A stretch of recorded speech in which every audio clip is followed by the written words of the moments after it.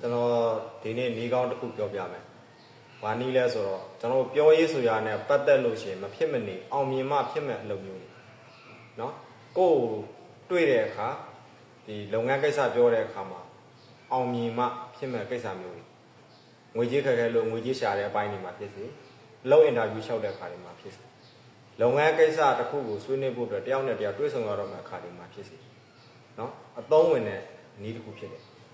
ဒီနည်းကိုကျွန်တော်စီကိုယုံကြည်ကိုးစားလို့ရောက်ရှိလာကြတဲ့နော်ပြိတ္တဒီတဲ့ကလူများစုကိုကျွန်တော်ပေးပြတယ်တက်ဆိုင်တဲ့လူများစုကိုပေါ့အမှုပြိုင်ဆိုင်နေဒီငွေကြေးခက်ခဲလို့ငွေကြေးရှာဖွေဖို့နော်လိုအပ်နေတဲ့လူတွေတူတယောက်ချက်ချင်းငှားဖို့သွားတဲ့အခါကိုယ့်ကိုချင်းငှားခြင်းအောင်နော်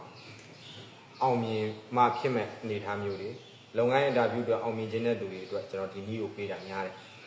တနည်းတည်းပဲလူတိုင်းနည်းရောဒီနည်းပဲဘာလို့ပေးလဲဆိုတော့ပေးတဲ့လူတွေမှာလည်း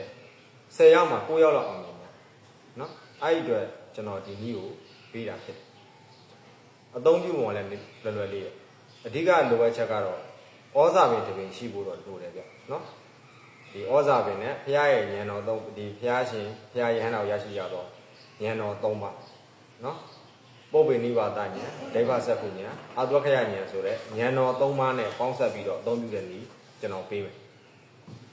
ကျွန်တော်ဩဇာပင်ရှိတဲ့လူတွေဆိုလို့ရှိရင်အဲဩဇာပင်ရှိကိုသွားဩဇာပင်ရောက်တဲ့အခါဒီခြေစုံရက်ပြီးဖနှက်ချုပ်ပြီးတော့ခြေစုံရက်လိုက်ရက်ပြီးလို့ရှိရင်အပြစ်နာစာကင်းနဲ့ဩဇာရောက်ပြီးဒီဘက်ကိုရှာနော်အပြစ်နာစာကင်းနဲ့ဩဇာရောက်ပြီးတွေ့ပြီးခေဆိုလို့ရှိရင်ကျွန်တော်တို့ကပုဆိုပြီးတော့ဒီဩဇာရောက်ပြီးကိုကင်လိုက်နော်အညာဘက်ကနေရအောင်ကင်ပြီးတော့ဒီဆိုလည်းပြီးတော့ခူးလိုက်နော်မပေါက်မပြဲပဲနဲ့နော်ကောင်းကောင်းမွန်လေးပါလာအောင်ဒီဆိုပြီးတော့ခူးအာဆိုအိတ်ထက်ပုရိယာဉာဏ်တော်3ပါးနဲ့ဩဇာရွက်နဲ့ကိုဒီပေါင်းဆက်ပြီးအသုံးပြုတဲ့ဓာတ်ရည်ရာလေးတစ်ခုဖြစ်ဟုတ်လို့လူတိုင်းဒီပါလဲအောင်မြင်ကြတဲ့နည်းဖြစ်တယ်နော်ဒါကျွန်တော်မျှဝေခြင်းဖြစ်တယ်ကျွန်တော်ကူပေးတဲ့နည်းကမှာအောင်မြင်မှုနှုံးမြင့်တဲ့အတွက်နောက်မတည်သေးတဲ့လူတွေတည်အောင်ကိုကြည့်ပြီးတဲ့လူအတော်များစုကဒီကျွန်တော်ကိုဒီအကောင့်ကိုဖော်လို့မခိုင်နိုင်အောင်ရတယ်နော်အသေးပေးတာနဲ့ဒီကျွန်တော်ကို report လုပ်ပေးပြီးတော့ကျွန်တော်ဘက်ကပြန်တောင်းဆိုဒါလေးပဲဒါကျွန်တော်အရင်ကကျွန်တော်စီကိုလာတဲ့လူတွေလောက်ကိုပဲပေးတယ်ကျွန်တော်ရဲ့တပည့်ရင်းတွေလောက်ကိုပဲပေးထားတဲ့ပုံသင်နည်းတစ်ခုဖြစ်တယ်လူတိုင်းကိုကျွန်တော်မပေးဘူးအခုကတော့ကျွန်တော် public မှာလူအများစုတွေကျွန်တော် social မှာချပြတာဒါပထမဆုံးအချိန်ပဲဒီနေ့